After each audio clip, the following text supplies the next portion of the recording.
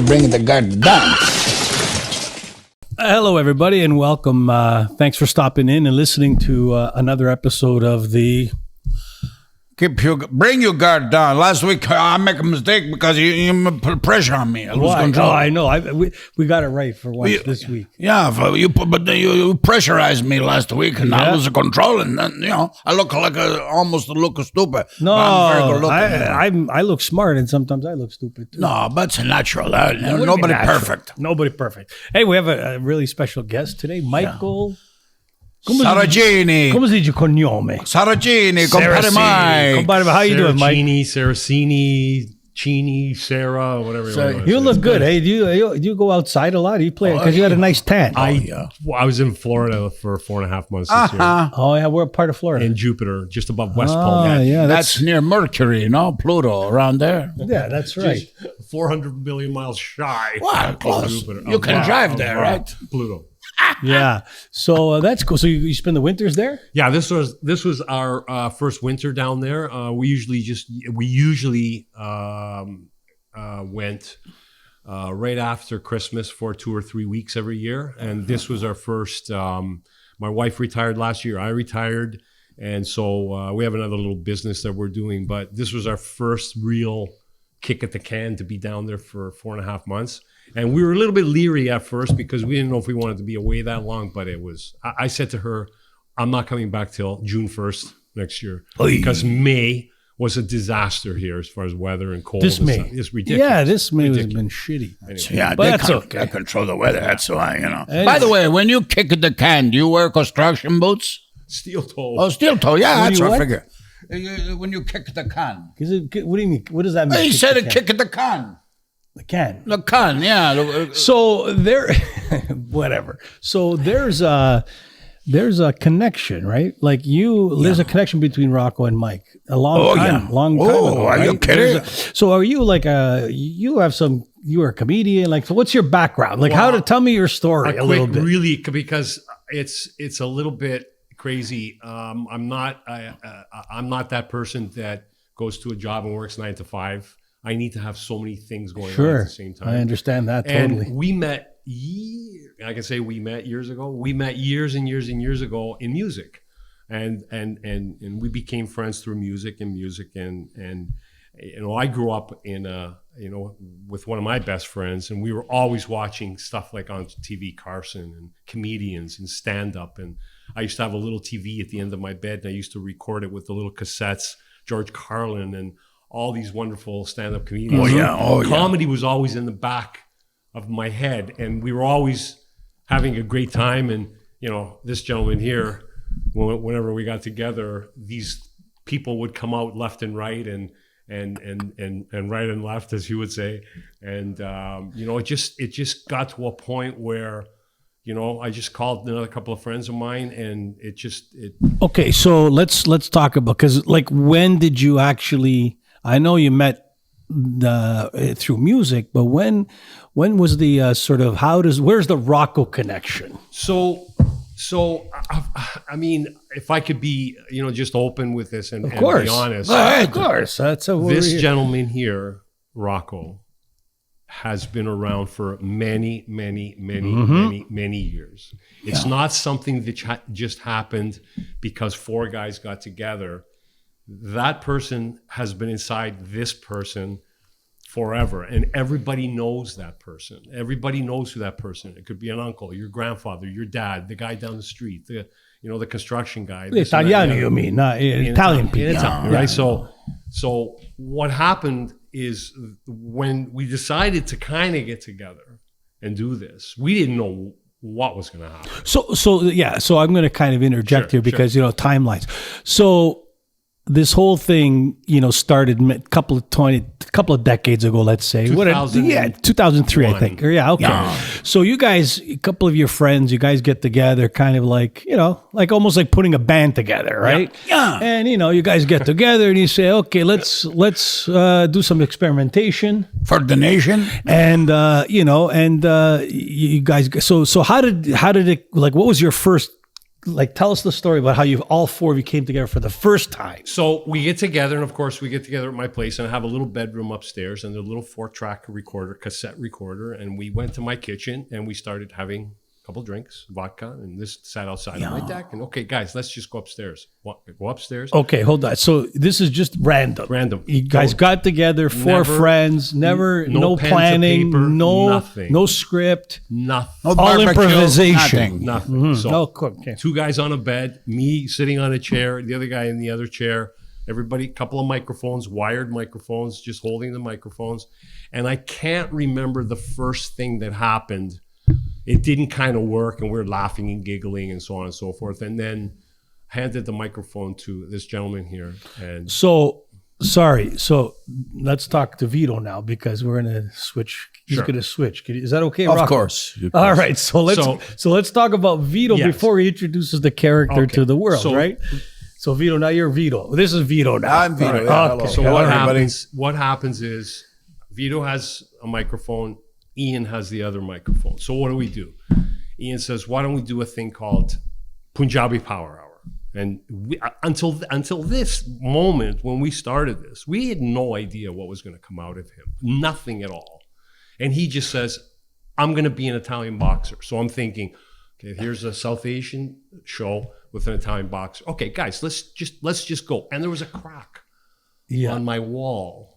So crack. did you ever hear him do the Rocco character? So Not- Vito, you never showed him. Not really. Just stuff like, hey, buddy, like little things. Yeah. Not a big drawn out thing. Right. So we're a little bit half in the bag kind of thing. Yeah. We're sitting there, Little bit? kind of joking and leaning over, and Yeah. and he starts the show. He starts talking, and who are you? And he looked at this thing. And he goes, I'm Rocco Rompamuro at the beginning, right? So we're sitting there.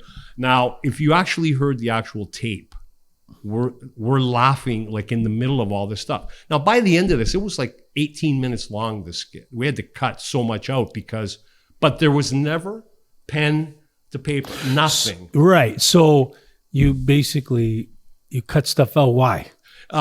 Maybe giggling or something because we're laughing hysterically. Right. We don't know what's coming out of him and all this stuff. And then he went down a path maybe he shouldn't have gone down. Right, maybe sure. we can't say that, and maybe that's going to be offensive. Sure. But at the end of the day, Like there's nothing offensive in that skit. nothing, absolutely nothing. It's clean, nothing. So Okay. we leave.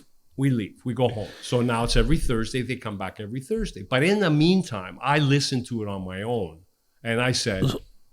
So hold on a sec. goodness. So you guys started this thing, and then you met every Thursday. Every Thursday night. Yeah, Every Thursday night. Thursday. yeah. So that was kind of like It was just, let's guys get meet to every play Thursday. cards every Monday, Because- jam every Yeah. He Wednesday. had gigs on Friday, whatever the Yeah. situation. We Sure. don't want to tie anybody's weekend up. And what happened was I listened to it and I didn't say anything. And we got back the week after and I go, okay, let's go up and we're going to have a listen. All 4 of us were just with our mouths down like this. And he said, now we're in trouble. He says, be careful because now this is something that's going to happen. It's very important. Is that your recollection of it? Yeah. He just, Yeah, I told them all. I said not to interrupt Mike, but I said, "You guys, we're in serious trouble here." And Mike said, "What do you mean? What do you mean?" Ian said, "What are you talking about?" And I said, "This thing is going to blow up in your face. It's going to take off all over the world. You'll see." And then we got to live up to it. and the thing is, and then nothing towards us. There were a lot of people doing stuff behind the scenes and stuff, but we were really the catalyst of all this. Like we were the very first, and it was the time. So sorry, what do you mean catalyst of all this? Doing this kind of thing, Yeah, this of kind other like of Italian-based Oh, comedy. yeah, and yeah, it I was- say it all the time. I say there's so many I all due respect all you copycatters out there, but you know what I mean? No, there's some guys that are really good, But not before. but They were the first. You guys were the first. groundbreaking. Yeah. because we didn't like it was a little bit left field too, right? It was outside the box. For sure. So I'll never forget this. We edited it, and I let my mom hear it. I go, "Mom, have a listen to it." I couldn't stop her from laughing, and I go, "Is it offensive?" She goes, "Don't touch it. Right. Do not touch it," because it was even her that can be. It was familiar to her because of her uncles and the construction people and all this stuff. And people think that we were making fun of other people, and we weren't. In fact, we were making fun of ourselves doing that. Correct. But who cares? Comedy is making We fun didn't of people. care. We You know didn't what I mean? care. Yeah. But we were confident enough, and the saying was to those cultures who continue to fascinate and inspire us, let our understanding of each other grow through humor. That's what our Good that's point. what our That was a great- statement was. yeah. Right? So then how did it evolve into like the first, so you guys created like a group or something, or? Yes. Well, then we continued. So the week after we did Dr. Heinz and then the espresso tire and this and that. And how are we going to do this? And again, it was just the idea, Right. but no, okay, here's your script. Here's your nothing. That was the magic of this thing because it just seemed so natural for everybody. Right. But I can't, and I have to say this and not to, I have to give so much credit to Vito because he inspired us to bring, he brought stuff out of ourselves Sure. that we never thought we could be funny. Me and my Dominic and Ian, we could be real funny. We were always funny For guys. sure. For But sure. Without a just doubt. who we are, tell the joke, Right. how to tell the joke, tell the right joke, all that stuff. But this is something that he brought out of us and he inspired us to become better performers with him. But to be around him, like, I just don't know how he could adapt so quickly and so magic that we would piss our pants because we couldn't stop. And I don't know how many live shows we did, so many. And I'd be on the stage with him and I couldn't. Okay. I couldn't. Yeah. So let's hard, right? go back. Yeah, because I think people want to. So- I think people want to know the timeline. Okay. Like, so you guys get together, you put these skits together, and then all of a sudden you say, let's put out a tape or before the even because It's 2003 when we I did that. remember, honestly, and I've said this before. Yeah. The first time I heard it, I was at a Nino de Versa bakery. Oh my God. And I was in a parking lot. My friend, who's been on our show, had his doors open and his tape in the car, and they're listening to this guy. I didn't even know at the time. I knew Vito then, but I didn't know at the time, that it was him. I just was listening, and everybody's pissing their pants. And then I said he had this cassette, and then people said, "Oh, can you make me a copy? Make me a copy. Make me a copy." And all of a sudden, everybody had a copy on a cassette. And they were listening to it. That was my first experience. So I didn't know there was a CD out or an album out or whatever. So I think many people first experienced it just through the viral of the day. Make a copy on the cassette, hand it out. So fascinatingly, tell the story of the actual CD. It wasn't a CD pressed, and then Oliver, the chiropractor, and all of that. Yeah. So what happened was we had to figure out how do we put this all together. And I remember when I was a kid, I had a '65 Impala. And I'm thinking, why don't we be four guys in a car changing the radio stations, and the skits are now the radio. Yeah, I love that. And we called Live in the Impala. Yeah. So what are we going to do? And I had to do artwork, and I got a picture of an Impala, and I put it on there, and we did. Great. And let's have a CD release party. Great. And we did that. Okay, so just one more thing so this CD is out. Can you buy it anywhere? It's just the best. We have them, But you can't buy it on iTunes or anything like that. yes, we have the best of the Impalites on iTunes. Okay, so Yes. if you guys hearing this and you want to experience the original content, Yes. the best of the Impolites on iTunes, you can download it. Yeah. And so sorry, just doesn't want to go give away. Thanks, people Tony. Sure. It's good. Yeah. So we do this CD release party, and everybody's there, friends, family. It was me. It was like 100 people, whatever. And we're just shooting the shit, and we're talking about the whole thing. We give everybody a CD and whatever. Month and a half later, I get a phone call from one of the other guys in the troupe, Dominic, and he goes, and he's a coffee truck driver.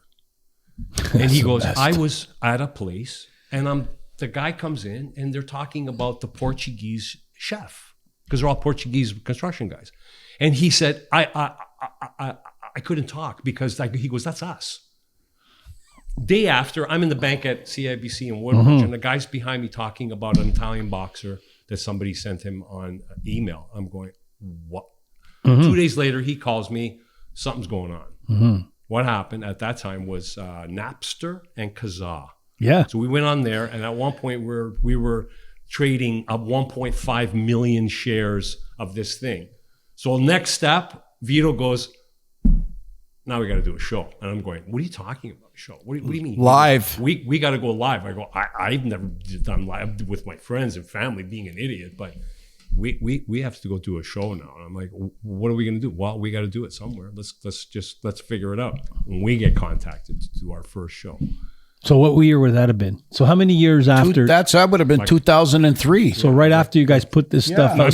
Not even a year. So Not you, even a year. you put sort of this compilation, Impalites, CD, whatever out. Yeah. And then a few months later, you're asked to do some shows.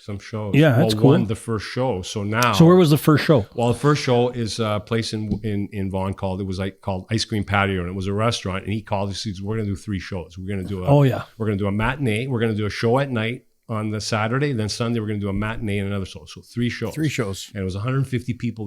What they did is they took everything out. They draped everything. We got a production company. Right. Now we got to figure out how we're going to do this, and we did live stuff. We did pre-recorded stuff on the screens to go segment one thing. Right. And who's the first one to go on the stage? The very first show? Me. Right. So I have to go and introduce. My name's Marco. I'm the driver of the car. I was the driver in the Impala. So that's how we started. Right. That's cool. The Punjabi Power Hour was going to be the end, which was, it was over the, people were just gut-wrenching. Sure. It was ridiculous. To see this character in front, it was like, it was insanity.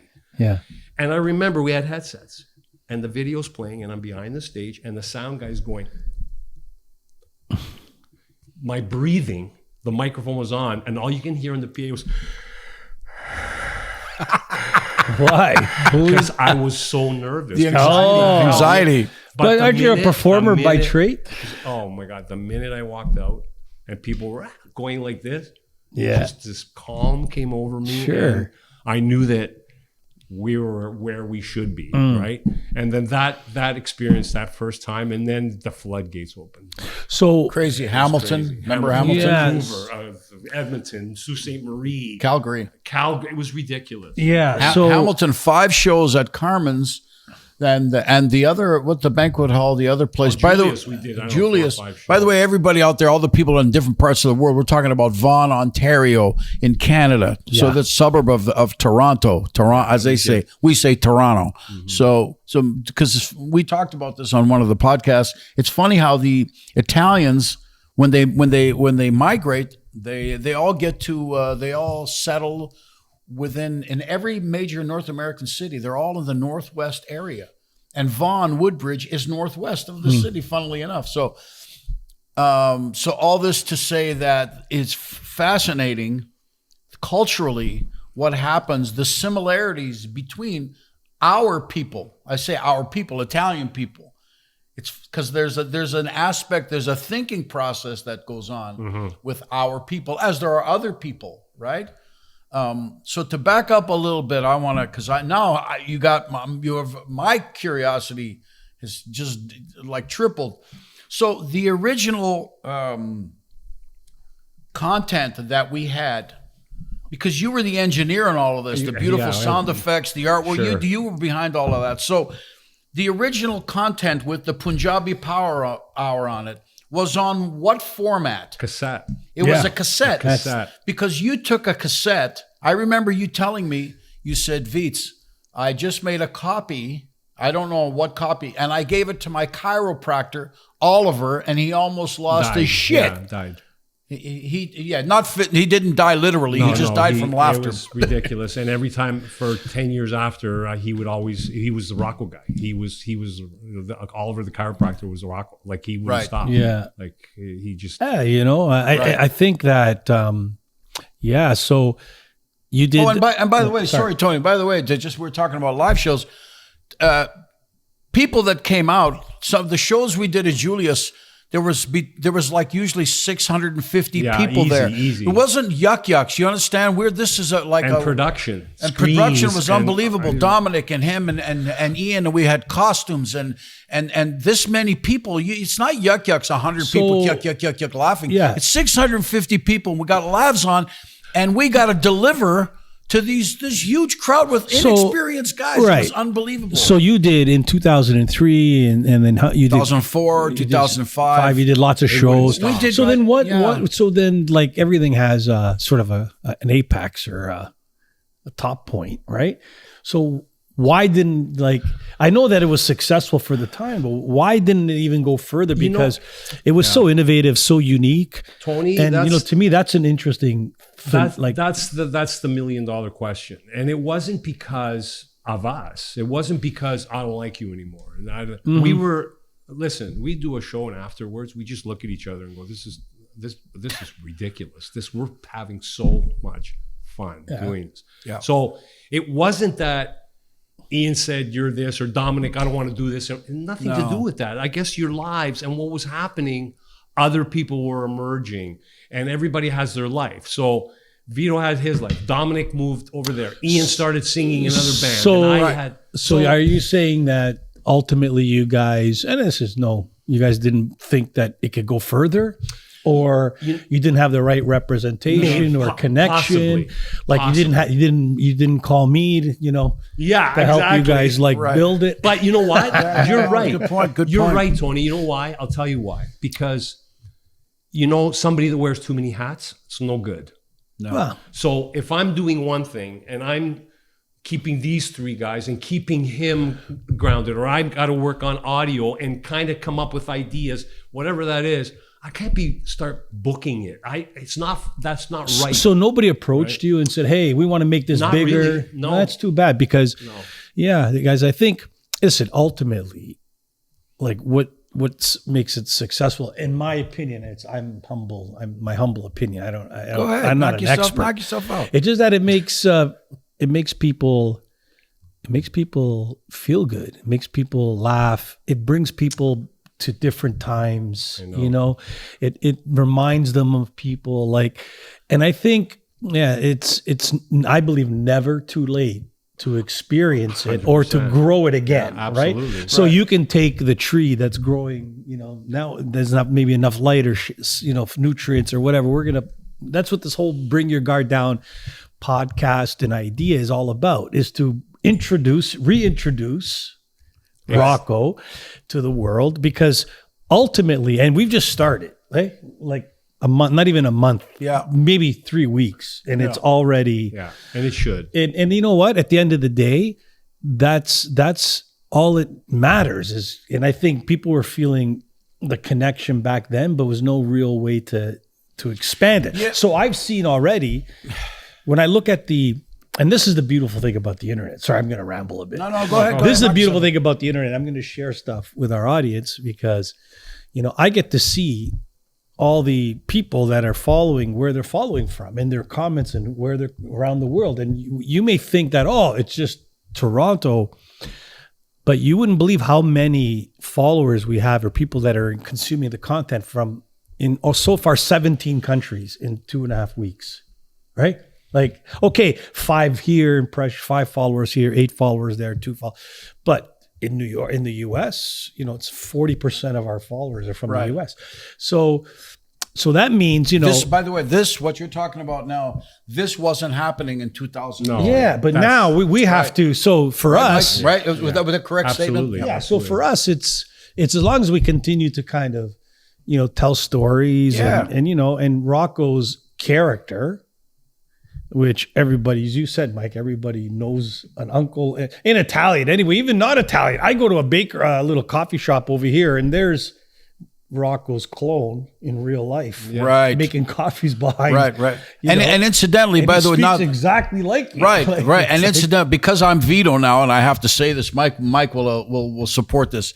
I always just tell the guys, it's fascinating because, I'm not only a professional musician, but I'm a professional actor. Sure. I've been in 65 films, not as an extra. Mm-hmm. I've worked with a lot of people. I've worked with Olympia Dukakis and Tony Danza and Danny. A lot of people, even Frank Sinatra, Armand Desante, Tom Selleck. These are films I was in. So the thing is, when I did the Rocco character, unbeknownst to me, the response, I didn't know. But I knew as a 14-year-old, 15-year-old, when I do this character from men that I had seen on St. Clair Avenue West when I was a kid, that was the predominantly Italian area. So this character came together from all of that, and a lot of my friends from the south of Italy. A lot of them were Sicilian, great friends, and a lot of them were Calabrian. So when I did Rocco, it wasn't Rocco, the Italian guy, I was speaking in English and I would throw in the occasional Calabrian word as an actor. So a lot of comedians that are doing that stuff, they're from those regions. I'm not from that region. So it was a real stretch for me. I had to learn and practice how to do this. It meant a lot to me. Practice or At the Pradix. That's come on. You gotta get the word right. Come on. The other thing is that, you know, there were times, and I have to say this because there were so many times I felt a burden for him, because here's the four of us and we're doing our best. And there is some other funny stuff. There really is. I'm confident to say that all the other material on there, I'm totally, for sure. I have nothing to say we shouldn't have done that. I'm confident that we're all good, the work we put out there. Good. But the burden of, you know, the finale at the end of our show, the Rocco Rompamuro show, the Punjabi Power Hour, you know, I felt for him sometimes. So, you know, before shows, we would be talking about the basketball game last night or the hockey game or this and that and the other to keep his mind off it. And there were times where he even said, I don't want to be that guy anymore, right? Or I want to be that guy because he's that guy. And I go, but you're not getting it. You're not that guy. You're all the people that we've had in our life. You're just bringing that guy out for everybody else. And it was wonderful. All of it, just hilarious. Just to see it, God, you can't even imagine. Yeah, well, it's a great. And by the way, there was a story that you one day we one rehearsal, you told me, and rehearsal was just a party, but you told me that you had received a call from someone in Colombia, in South America, who owned a sweater factory. 65% of the workforce that he had were Italian, of Italian origin. Yeah. And when he put it on over the loudspeakers at the factory, their production went up 40%. That's crazy. People would cry, feeling more a sense of home. Yeah. That really touched my heart, and it's touching my heart even now. Because you don't realize what an impact you have on another human being's mind and soul and heart. And that's the only reason why you do it. If Rocco's funny, it's because you feel it. You just feel that guy, because that guy was so important to all of us, right? So cool. So when did it kind of like, you did all these shows and made merchandise. I understand you had t-shirts and all that kind of stuff, crazy. Right? It so blows my mind how it didn't, anyway, it didn't grow to a more. It could have been, the other thing, Tony, is that don't forget the material we put out, like I say, was a little outside the box kind of thing. Things were happening in the world where we had to kind of back off a little bit.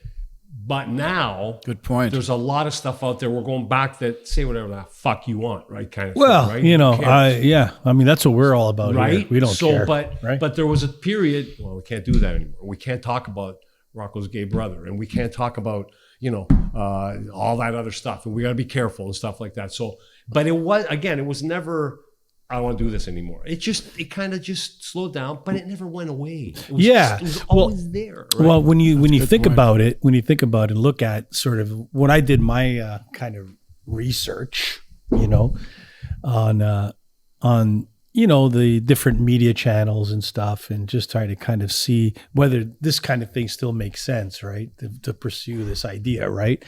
And it really, the branding, or sort of this idea of having a place where people could consume the content, wasn't there. It was scattered. It was all over the place. For sure. Hundreds of posts, hundreds of people reposting. For sure. So that's when I said, maybe we should bring this together. And it was it's fragmented like crazy. It's all broken, not broken in a broken sense, but broken in terms of content distribution, right? It was all over the place, right? True. So that's when I said, maybe we can put this thing and bring it to a contact point where this is the official place where you can, of course, engage, consume, entertain, reminisce. Go back in time. I know. So that's why, you guys, I'm going to be putting some of the old stuff. Like I already put the Goldilocks and the Three Bears bedtime story on our channel. You got to go check that out. And we're going to add more content from the old days, just to, whatever, so you can get a taste of the nostalgia. And then we bring in some of the new stuff. Oh, you know what I mean? Lots. Or, at the end of the day, we what's different, in my opinion, is that we, I think the idea of trying to create the content in your head all the time and try to be funny, it's really difficult to do. But having guests that you interact with and they stimulate, like we've had that already happen, with Chico. Oh yeah, telling stories about the boxing club or the Silvio with the stuttering Silvio, and then the way the Rocco tells the story, it's like phenomenal because you're telling the story. Well, Mike can tell you, like when we had to, you can recount this from your perspective. The key phrase for me all the time was, remember, content. Mm-hmm. We got this and we got the sound and I'd go, forget content.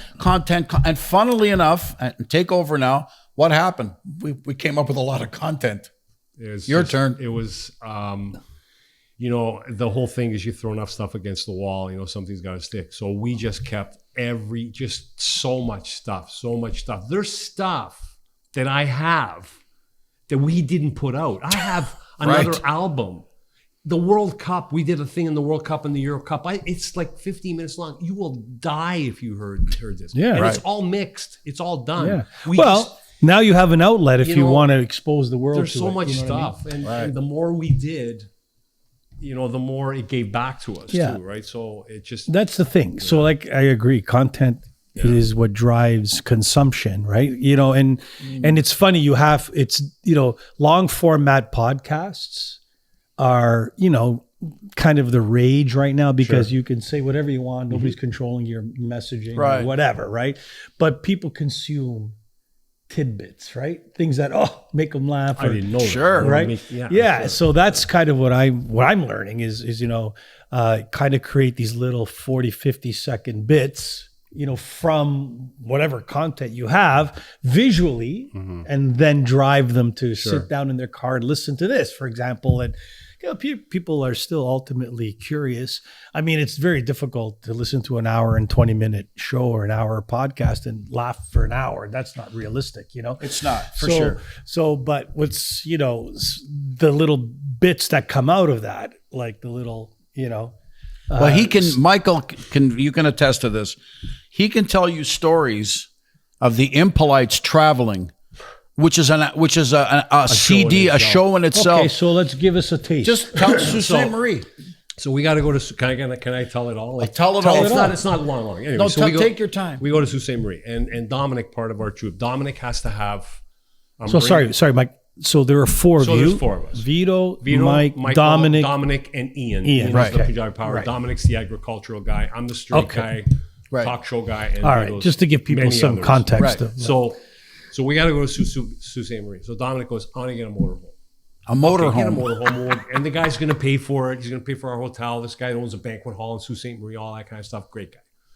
So let's go to Sault Ste. Marie. Is it sold out? Sold out in an hour, 700 people, whatever it was. So, and we're going to go to the restaurant the night before. You got to go sign the walls, and we got to go in there and do all that stuff. Like, all right, whatever. So he gets this motorhome. It's got to be 60 feet long. It sleeps 30, had to be 30 people. Now we got to go 9.5 hours. We got to drive in this thing. Hold on. Is that with the Italian tax, 60 feet long? You're adding the Italian tax? Which really only 35. Probably only 24. Okay. I thought so. You have to add the Italian tax. Sorry. Okay. We get in there. He's got a DVD set up with a movie screen hooked up to a battery. Everything's good. He starts driving.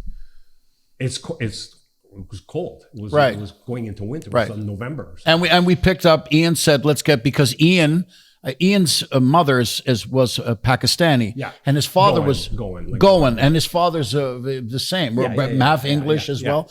So Ian said, "Let's pick up some chicken biryani and this thing here with the different food, naan bread." We picked up some food in the motorhome. Go ahead. Yeah, we're driving in the motorhome. Anyway, heat doesn't work. So whoever's driving the motorhome, and it's going like this on the road. Because it's so long and the wind, and now we still got almost 9 hours left, 8 hours. Oh my God! Dominic's foot is frozen. One foot's frozen. The other one's warm. The right side, because the air is kind of cold, and we're freezing in this stupid thing. Now let's put a movie on. We're watching a movie, and Vito's already, I already know the end of this movie. Fucking movie shit, whatever. So it starts, and we get on. Now it's back and forth. Ian, let me drive, and Ian starts driving. After about 10 minutes, my foot's freezing. Guys, His foot froze. One foot. Anyway, we get to Sault Ste. Marie. Now we got to go to the town. We pull into this thing. We go to this hotel, and we pull in. This thing is so big. When the guy meets us there and he's looking, he's like, oh my God. So I go, we got to get the heat fixed on this thing because we're not going to be able to make it back. Right. So we go there. Now we got a night free. And right across from our hotel, there was a bust of Roberta Bondar. Right. The first female astronaut from Canada. Yeah, right, you probably don't. Yeah. Bondar. We don't want to go down that road of what we were already. We got another skit here. We're going to start writing another skit, this and that and the other. So we ended up somewhere else, and we had a decent night. And then was it the first night we went to the restaurant? It was the first. First night when we signed everything. Yeah. So now we got to go to the restaurant. We go into the restaurant. We walk into the restaurant, and it's packed of people. Packed. Rammed.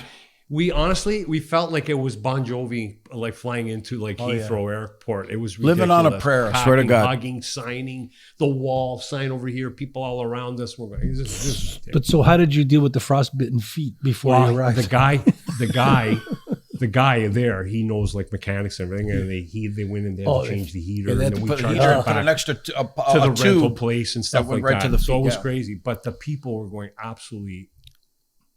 It was insane. We're like looking at each other. This is crazy. Yeah.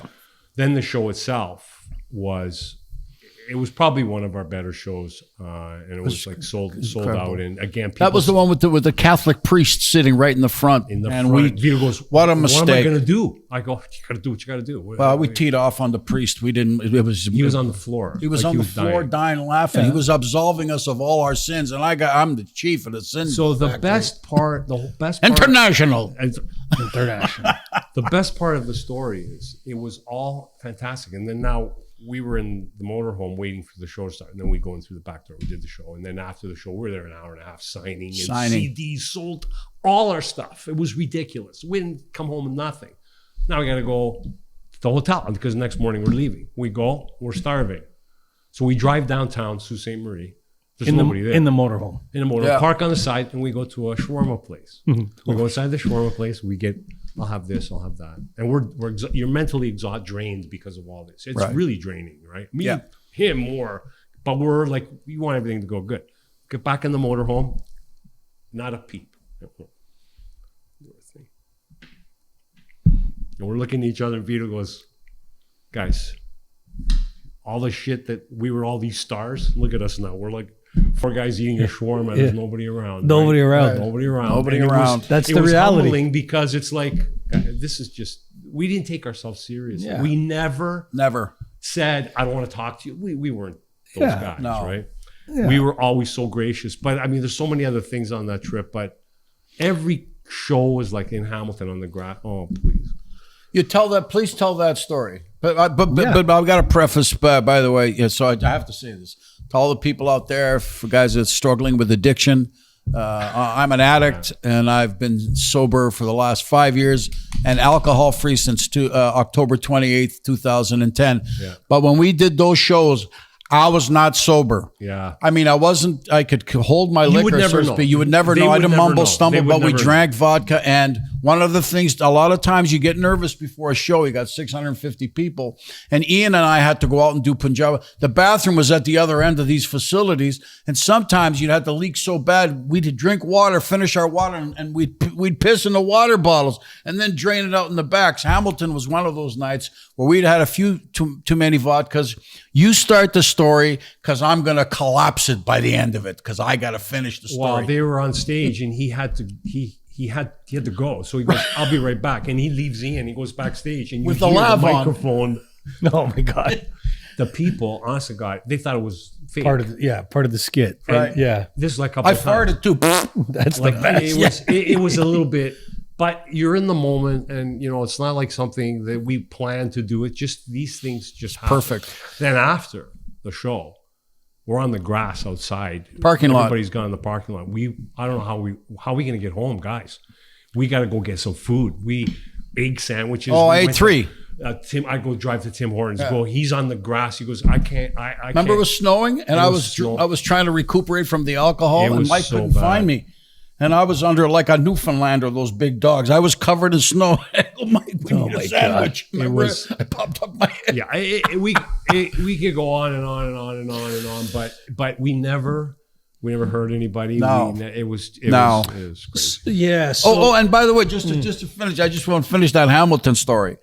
There was people that had bussed in from Sudbury and from Sault Ste. Marie. We were in Hamilton. right. That's about That's 45 minutes from Toronto if That's you're traveling west. On the mountain. And Sudbury is 4.5 hours north of Toronto, and then Sault Ste. Marie is 8 hours That's right. or 9 I forgot hours. about that. Right, so northwest. So these people bussed. They had buses, and they came down. And one bus invites Rocco in.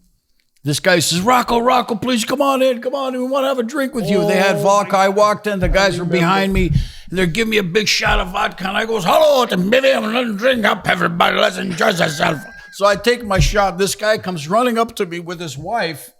And he hugs me. He goes, Rocco, bad to me. And he hugs me, And I said, what's the matter? You get all emotional. What's your problem? He goes, Rocco, I love you so much. Come to my house. You can fuck my wife too. oh my God. I'm just telling you what happened. And it was the funniest thing. We were in tears, right? That's what they call a swingers groupie. Yeah. The swing bus? Swinger groupie. So the groupies that want you to bang their partners. Oh, that was too. We used to come in across one or two of those people back on the road. He was a lead singer. You can imagine. I want you to have sex with my girlfriend. I said, I don't think so. Well, he didn't say have sex with my wife. He said, come on. Come, you can fucking fuck my wife. I love you, Rocco. Oh my goodness. That's great. So anyway, so that's and you never thought about following up, like maybe getting the band back together, as they say. Oh well, go ahead, Mike. I just think that I feel deep in my heart that this whole thing I don't think would have happened without the Rocco character. And it's not to put, and it's again so much pressure on him. He just handled it with. He was so good about everything. Not all the time. No, not all the time. Sometimes I snapped. It got to me. I mean, I had to. It wasn't just that. You have a family. I had kids. It was hard. But generally, it was fantastic. So for us to. I'm just so happy that he still has to be heard and he still has to be seen. Yeah. So I just don't think that. A one-off here and there and stuff like together. Mikey and I have done a couple together, really good. We did a couple of things on our own, just me and him. Yeah, and it was good. It's just basically knowing where you're going and bringing them in onto the stage and including them and making it funny, and that's all it is, right? So, it's really good. To see that thing happen again, we were talking about doing a movie, and we had it all scripted. Oh, it would have been hilarious. We didn't have the money to do that, and nobody really wanted to and what a movie it would have been, Mike. Hysterical. Yeah, what was the premise? The premise of Rocco basically coming out of retirement. Coming out of retirement, and Rocco, we go back to his, Mike says, let's go right from the inception. Because there's a one story, the Rocco story, in one of our skits where Rocco has a twin brother that is gay. Francesco. And his Francesco, and I played the role of the gay Francesco. And Francesco, when was he born? February 29th. Yeah.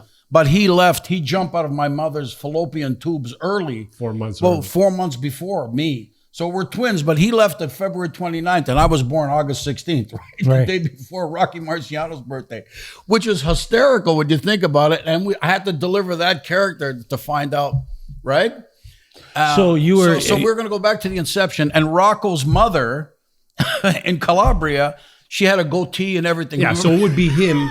It would be kind of him. Start at the beginning. Rocco was a child. Yeah. His name was whatever the thing.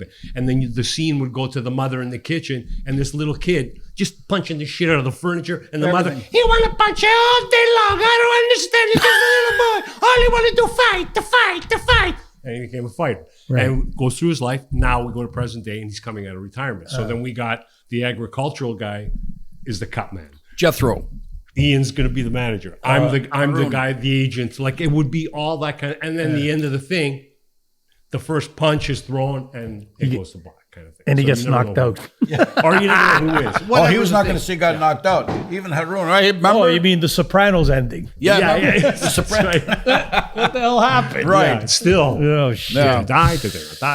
That would have been a funny movie. You know, hey, listen, you never know. It'd be funny to do a movie. Hey, you know what? And again, that like your question And is, Sylvester Stallone's not going to play Rocco. Unfortunately, I think movies are over in this time. It's all change. it's all about series or about short, Good. 8-episode stories. Well, let's do an 8-episode story. Yeah, well, that's what we're doing every fucking week. What do you? But I'm saying, if you wanted to shoot, if you wanted to make it visual, completely visual, with background music, you started in the mountains of Aspromonte in Calabria. Dude, now with AI, the new AI shit, you just upload the script and it does everything for cinematography. Wow.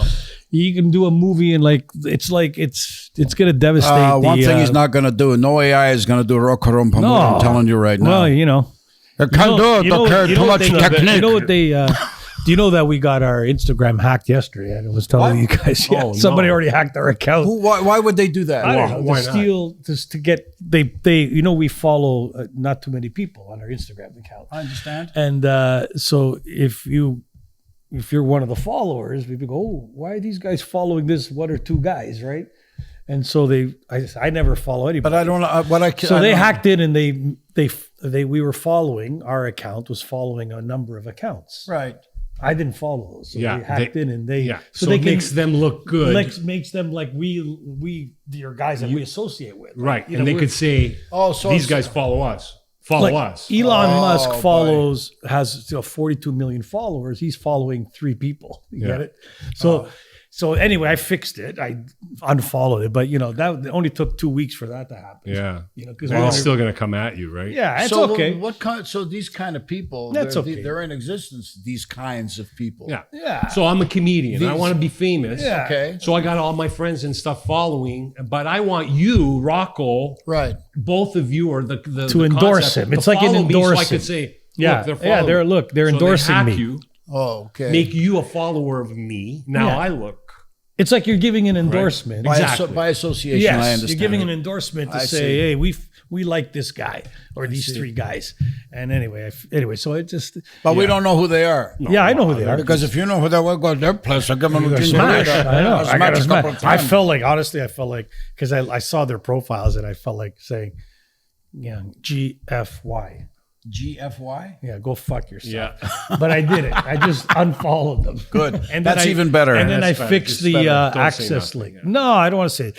Yeah, those are people there. Wow. Hey, listen, the best form of flattery is people Sure. want to be like you, right? To me, That's right. not we they had want to be that. like me. We had that too. Yeah, you know what I mean. So Niagara I like Falls. rock. Oh, yeah. I got to tell you something. I don't get. I'm Wanna going to do speak. something together. I'm going to No. speak.